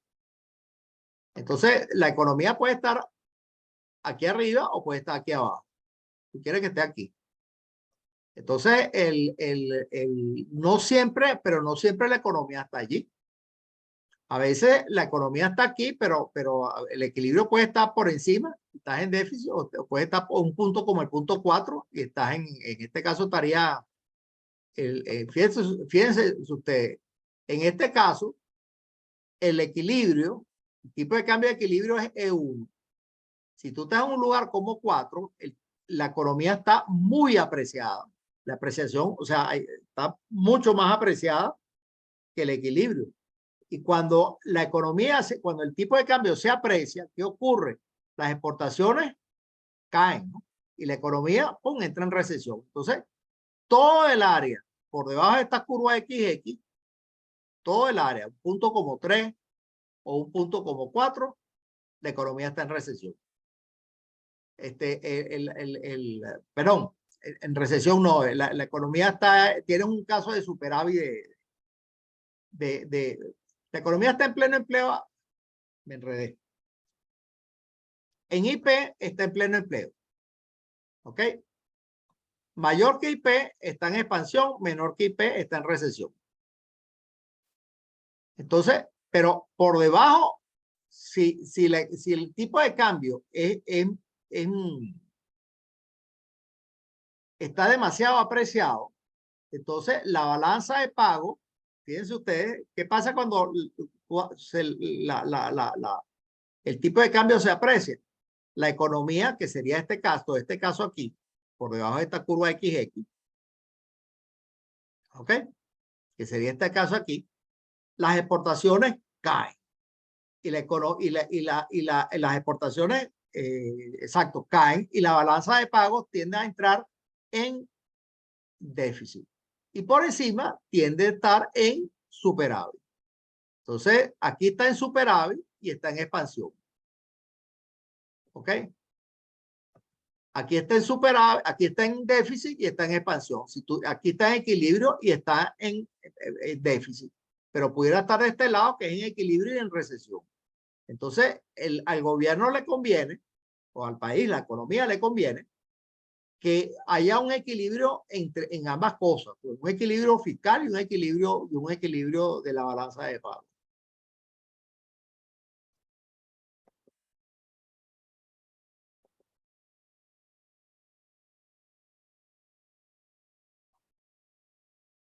Y bueno, y para eso tienes que utilizar políticas monetarias y fiscales, y no es fácil, no es trivial hacerlo. A veces no puedes lograr las dos cosas a la vez, pero eso lo vamos a dejar para los ejercicios. Creo que aquí no te pone un ejemplo. Bueno, otra vez pone la curva J, que eso ya lo vimos en una clase anterior. Esto creo que es lo último ya.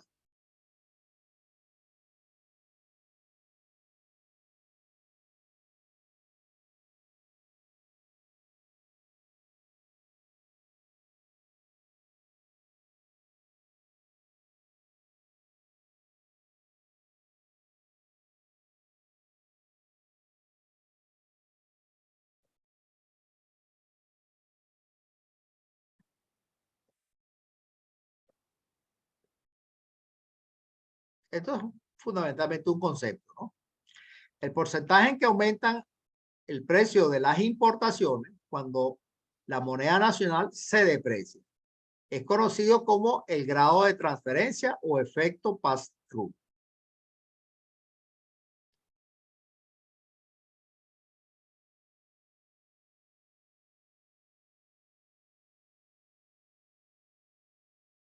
A la trampa de la liquidez. Esto es interesante.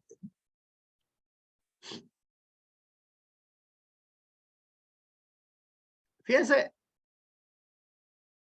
este caso, ¿no? El caso de la trampa de la liquidez. En el punto 1, la producción se encuentra por debajo del pleno empleo. El trampa de la trampa de la liquidez es un caso en el que la producción está en recesión, ¿no? Pero es tan bajo,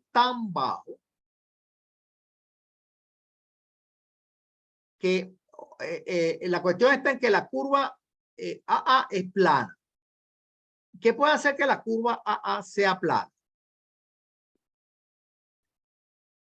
Para eso vamos a irnos aquí arriba.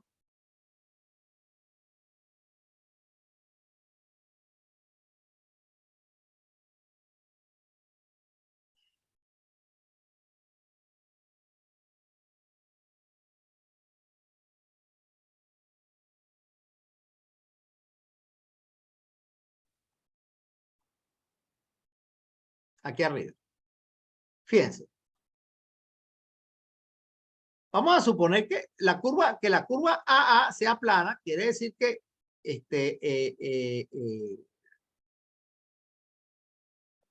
que el tipo de cambio, perdón, que el tipo de cambio es constante.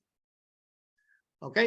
Entonces, fíjense, ¿qué es lo que hace que el tipo de cambio se mueva? Vamos a suponer que hay un aumento en lo que sea, en la oferta monetaria.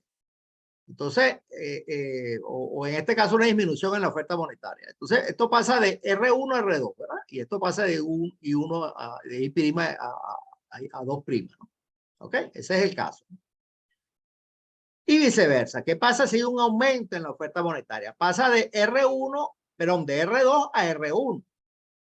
Pero si está en R1, pasa de R1 a R0. Y así, ¿no? Ahora vamos a suponer que la tasa tasa de cambio llegó a tan baja que se puso en cero. ¿Ok? La tasa de cambio, la tasa de interés, perdón, la tasa de interés. Vamos a suponer que la tasa de interés bajó y llegó a cero. Entonces, una vez que la tasa de interés llegó a cero, tú aumentas la oferta monetaria y ¿qué efecto tiene sobre la tasa de interés? Baja de cero. ¿Alguien presta a una tasa de interés negativa? No. No. Entonces resulta ser que no tiene efecto sobre la tasa de interés. Y al no tener efecto sobre la tasa de interés, no tiene efecto sobre el tipo de cambio. Porque el efecto sobre el tipo de cambio es a través de la tasa de interés. Entonces, ese es el caso ese es el caso de que estamos hablando. Que la economía, hay situaciones, ha ocurrido, situaciones en las que el tipo de cambio, perdón, la economía cae en recesión, cae en recesión, cae en recesión, entonces el gobierno aumenta la oferta monetaria o baja el tipo de interés, baja el tipo de interés, pero llega un momento en que el tipo de interés va a cero. Y cuando el tipo de interés baja a cero, entonces, bueno, ya la economía se vuelve plana, o sea, la curva AA se vuelve plana, porque el tipo de cambio ya no se, el tipo de interés no puede caer más y el tipo de cambio no cambia. Entonces, con un poco de álgebra se puede mostrar que este va a ser el tipo de interés de equilibrio. Eso lo saca despejando, haciendo cero la tasa de interés tú sabes, en la curva de, ¿cómo se llama? En la curva de no arbitraje.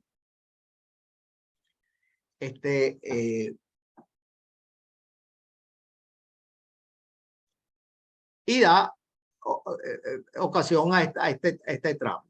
Pero más aún, en ese caso, fíjense que en ese caso, una expansión monetaria lo que hace es que lleva la curva A más a la derecha. Entonces, la parte plana se va más a la derecha, pero entonces el punto 1 no cambia. Lo cual quiere decir que una expansión monetaria no funciona. Lo que funciona es una expansión en el gasto público. Entonces, por ejemplo, cuando la gran recesión, los tipos de interés bajaron bastante, el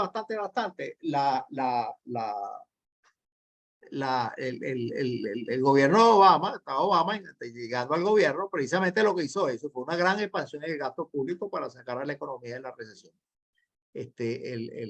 Porque en una expansión del gasto público saca la DD, la saca a la derecha.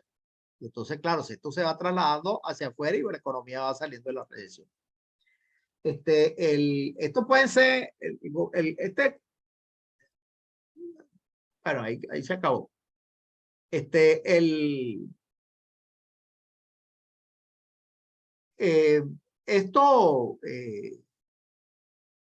este es un escenario que no es un escenario frecuente, pero es un escenario que pasa. De hecho, Chile en el año 2008, por ahí, cuando la gran recesión, la tasa de interés también cayó en casi cero. Esa es una de las razones por las cuales a la economía no le conviene tener una tasa de interés tan baja, casi llegando a cero. Pues. Porque si tú caes en una recesión, después entonces no hayas cómo salir de ella. Profe, pero ¿y la herramienta del quantitative easing de Estados Unidos, de la Fed? Bueno, lo que hacen en ese caso es que aumentan lo que hacen en ese caso es que aumentan la inflación de forma tal de que la tasa de cambio real sea negativa. Pero ese es un caso extremo que tú tampoco quieres tener. Tú no quieres generar inflación. Entonces es mejor tomar precauciones y simplemente tienes una tasa de interés, bueno, no excesivamente grande, pero tampoco excesivamente pequeña. Porque por supuesto, si dijeran, mira, te vamos a prestar dinero a una tasa de cero, bueno, te lo agarro. Pero el problema está en que si la economía cae en una recesión, entonces tienes problemas. Pero bueno, el libro no trata esos casos tan específicos aquí. Hubiera sido interesante que los desarrollara un poco más. Bueno, hasta aquí llegamos. La clase que viene, lo que vamos a hacer es exactamente lo mismo. Marshall Lerner. Lo que vamos a hacer es exactamente lo mismo, pero con un tipo de cambio fijo. Y vamos a ver cómo la economía cambia un tipo de cambio fijo. ¿Cuántas clases nos quedan? Nos quedan bueno, nos quedan varias clases todavía. Pues, estamos en 10, 1, 2, 3, por lo menos nos quedan 3 clases. Hay 3 clases, se ven bastantes cosas. Como 3 clases más o menos, 3, máximo 4 clases. Bueno, así me ven la cara otra vez. Bueno, entonces estamos listos por la clase de hoy. Ya, Creo que le haya sido divertida. Este es uno de los temas más interesantes que hay, el modelo de Mundell-Fleming, ¿no? Esto es lo que se llama el modelo de Mundell-Fleming. Modelo de mundo en pleno. Mundell-Fleming. El libro no lo dice, pero este es el modelo de Mundell-Fleming. Ya. Ya, profe, muchas gracias. Bueno, ok, hasta luego. Pues, ¿alguna pregunta? Profesor, mañana hay ayudantía. El Sí, sábado. sí hay ayudantía. Sí. Escríbanle a la Francisca de todas maneras. Pero sí, tiene que haber ayudantía. Yo le di a ella un montón de ejercicios para que se los pasara a usted y lo empezaran a trabajar. ¿Ok? Bueno, Gracias. hasta luego. Chao.